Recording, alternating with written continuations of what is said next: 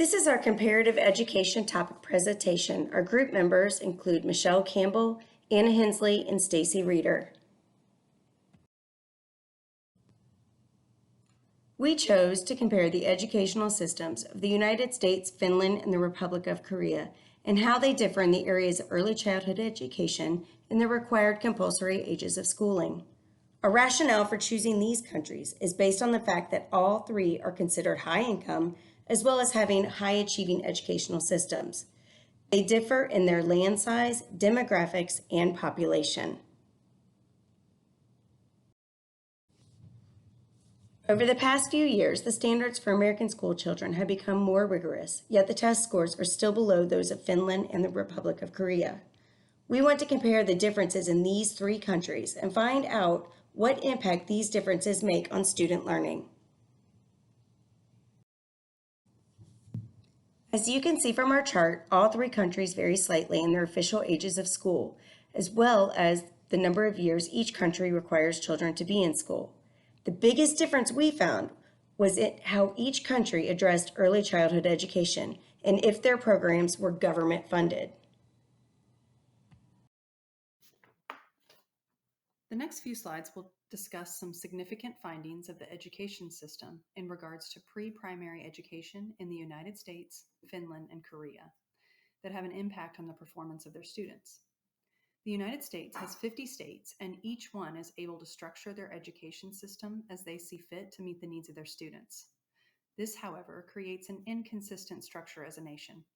This is true for funding of the pre-primary schooling, as shared by the Learning Policy Institute of 2021. As a result, many children do not get any formal early learning opportunities before age 5, creating a structural disadvantage from the start that even the best K-12 public schools will struggle to address. In Georgia, we have the lottery-funded public pre-K program, but it is still limited to availability, and not every state has this sort of funding program set up. Despite our knowledge of the long-term benefits of early childhood education, the U.S. still have a significant lack of access of adequate, inclusive early childhood learning experiences. The United States government expenditure of its GDP on education is 6.1%, as reported by World Bank 2018. This is higher than Finland and Korea. In Finland, on average, students start schooling at 1.5 to 2 years old, according to Info Finland 2023, but it's not required. This is made possible by the government-funded pre-primary education. They do require students to have 1 year of pre-primary schooling prior to primary school. Students usually attend pre-primary school at age 6 and primary school at age 7. In Finland, the provided education is student-centered. There is less focus on testing and more focus on the individual student's needs. As Info Finland 2023 shared, the teachers prepare an individual curriculum for each child. Parents can assist the instructors in the preparation of that plan. Finland's government expenditure of its GDP on education is 5.9%, according to World Bank 2018. This is less than the US, but more than Korea. In Korea, there is a very strict education system in place, where students spend most hours of their day studying, and parents enlist tutors in addition to the hours spent at school, as shared by Manny and Trines 2018. Preschool programs are nearly universal, with about 95% of 3 to 5-year-olds enrolled in preschool as of 2017. About half of preschools are public, and the other half are private. According to Korea 2022, they have what is called the NURI curriculum. This curriculum emphasizes experiential and play-based learning in 5 learning areas: physical activities, health and safety, communication, social and physical activities, health and safety, communication, social relationships, art experience, and inquiries into nature. This is a national curriculum. Korea's government expenditure of its GDP on education is 4.7%, as shared by World Bank 2018. This is less than Finland and less than the United States. Here you can see that we have listed some of the similarities and differences. We did notice that there's a difference of days spent at school in a given school year. Finland's school year is 190 days, Republic of Korea is 220 days, and the United States is 175 to 180 days, depending on the district. The three countries we compared definitely have a different approach to their education. In Finland, the education is based on the individual child. The focus in pre-primary education, children learn mathematics, environmental and natural awareness, as well as art and culture. They pick up new things through play. Korea is known for having extremely rigorous education expectations. After time spent in the classroom, many students then attend tutoring sessions to maintain the expectations. The United States education system is inconsistent in its expectations from state to state. There is a standards-based curriculum in each state, but each state is able to determine that curriculum individually. There is not a national curriculum. This can possibly cause problems for students if they are to move from one state to another. Finland requires children to attend 1 year of pre-primary schooling prior to primary schooling. Korea has a 95% of the children attending, although it is not mandatory. And in the United States, many students lack access to adequate pre-primary education. All three countries have pre-primary education available, but not all three require it. In our analysis of similarities and differences of these countries, we have previously shared that pre-primary education is highly encouraged in the Republic of Korea, and it is required 1 year before primary schooling in Finland. We believe that this has a significant effect on the success of the student, as we see from the results in higher test scores globally, as shown on the PISA test scores of 2018 that we previously shared with you. Compulsory age of school begins a year later in Finland than the Republic of Korea and the US alike. However, the government-funded pre-primary schooling that is offered allows the children access to a strong educational foundation. Pre-primary schooling is government-funded in Finland and the Republic of Korea, and this results in high percentages of students attending. Many families will struggle to pay for childcare or pre-primary education, and these two countries will ensure that this is not an issue. The Republic of Korea has the longest school year out of the three countries and also the highest test scores. As we have shared, their education system is very rigorous.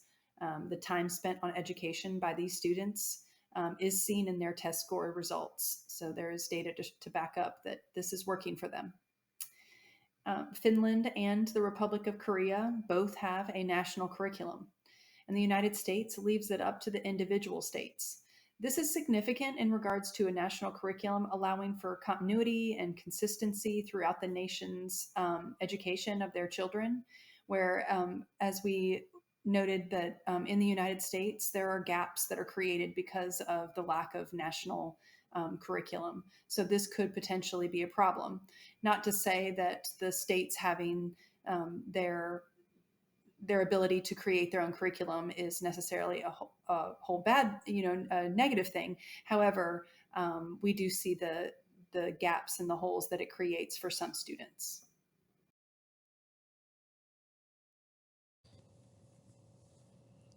On this slide, we have compared the three countries' test scores side by side for you to see.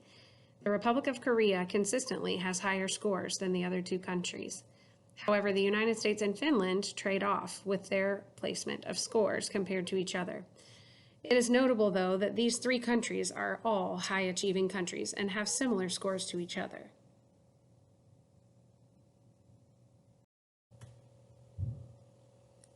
Our implications for policy and practice. The two things we found that were most important would be that requiring quality and consistent pre-primary education in the United States would allow students a better chance of success in primary school. Also, assisting families with childcare costs prior to primary education would encourage attendance in pre-primary programs. We saw this with the government-funded pre-primary schooling in Republic of Korea and Finland alike, encouraging higher attendance than the United States sees in pre-primary schooling.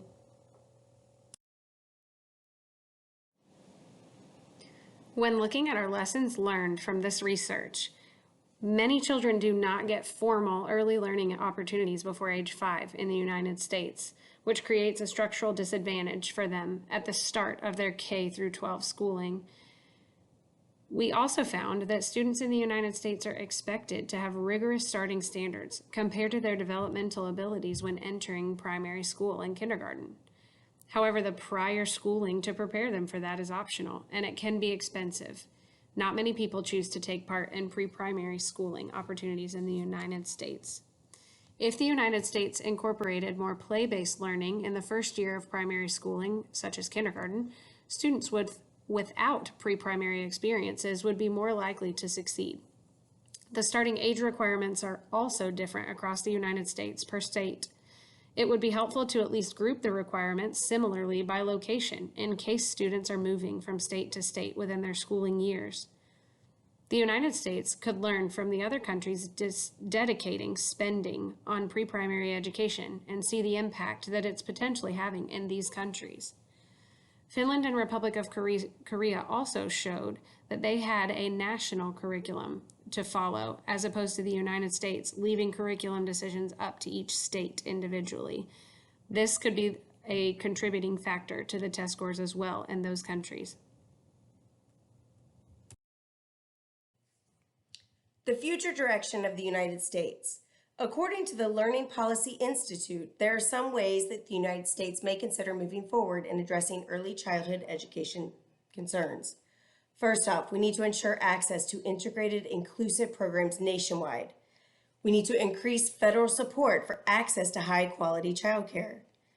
We could incentivize and support states in moving towards universal preschool programming in a way that supports socioeconomic, racial, and linguistic diversity. We could create more seamless alignment between Head Start and state preschool to promote socioeconomically integrated classrooms without compromising quality. We need to ensure that all programs are of high quality and meet minimum quality standards. We could develop and support a well-qualified workforce by improving early educator compensations and supporting institutions of higher education in developing strong early childhood education preparation programs.